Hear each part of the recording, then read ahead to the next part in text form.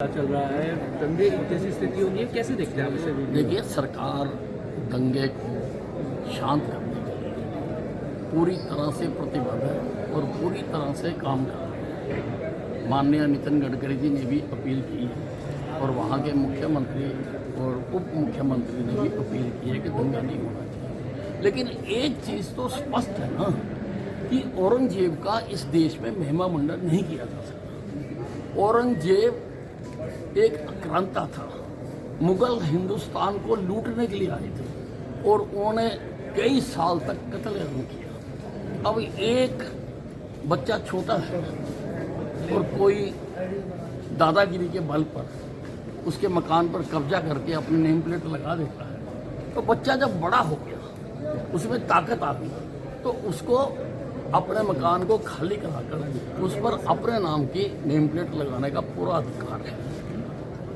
Sir, सदन के अंदर हाईकोर्ट का एक मसला उठाया गया था, भर्ती घोटाला कहीं ना कहीं से जोड़ा जा रहा है, तो सर उस पर आपने बोला है, थोड़ा दोबारा बता दीजिए। देखिए, ये जो पिछली सरकार थी, हुड्डा साहब की सरकार थी, किस प्रकार से युवाओं का उसमें शोषण किया गया, ये उसके बारे में हाई कोर्ट में कल मामला था। उसमें टैलेंट को दरकिनार करके अपने चहेतों को उन्होंने नौकरियां बांटी, तो वो मुद्दा हाई कोर्ट ने कल डिसाइड किया है, उसी को सदस्यों ने आज हाउस में उठाया। गुंडा शब्द कहने को लेकर भी जो है वो काफी बवाल जो है वो देखने को मिला।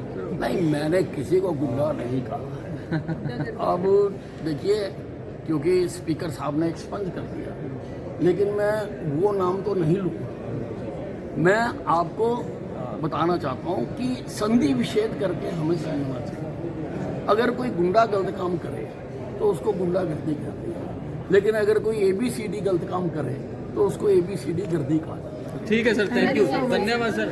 तरीके से देखते हैं जो पूरा मामला। देखिए, झड़प तो नहीं होनी चाहिए और सरकार पूरी तरह से स्थिति को काबू करने की कोशिश कर रही है, लेकिन एक तो बात तथ्य है ना कि औरंगजेब का महिमा मंडन नहीं किया जा सकता। औरंगजेब हमलावर था, मुगल यहाँ पर हिंदुस्तान को लूटने के लिए आए थे और उन्होंने बहुत कत्लेआम किया है।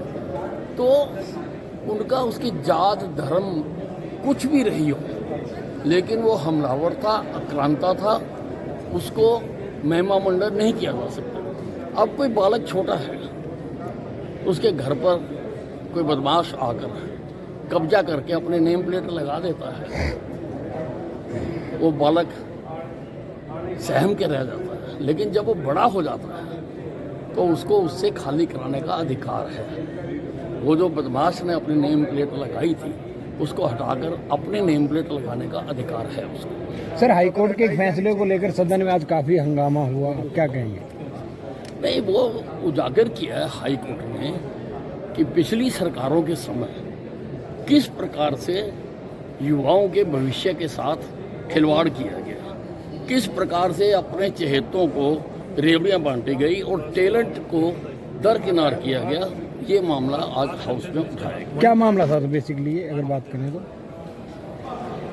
वो जो भर्ती थी इंस्पेक्टर्स की, कौन से साल?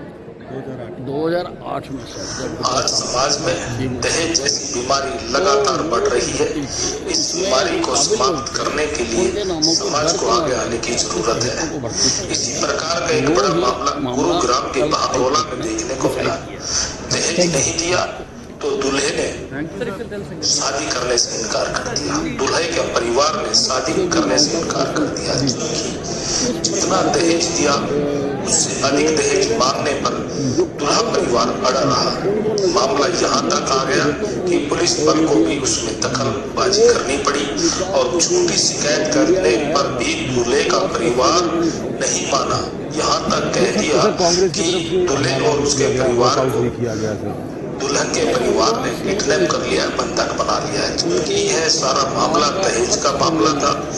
और देखिए किस प्रकार से दूल्हे का पिता दहेज को मांगने के बावजूद भी किस तरह से लाल पीला हो रहा है, हम आपको यह दिखा रहे हैं। दहेज इतनी खतरनाक बीमारी है कि दहेज न देने वाले भी परेशान है, और आम व्यक्ति जिनके पास छोटी छोटी बच्चियां हैं जो शादी के लिए बैठी हुई है, उनका अगर इसी प्रकार से दहेज की मांग बढ़ती रही तो उनका क्या हाल होगा। देश के प्रधानमंत्री कहते हैं बेटी पढ़ाओ बेटी बचाओ, लेकिन जहाँ बेटी बचाओ बेटी पढ़ाओ का मामला है वहां तक तो ठीक है, लेकिन दहेज जैसी खतरनाक बीमारी जो फैल रही है, जो आम गरीब व्यक्ति है उनकी बेटी की शादी में जहाँ दहेज नहीं दिया जाता तो उनको कोई भी विवाह नहीं करता उनके साथ। और इस प्रकार के जो हालात है समाज में बढ़ते जा रहे हैं। समाज ने इस प्रकार अगर यही बीमारी फैलती रही तो एक दिन बेटियों के साथ अन्याय होगा।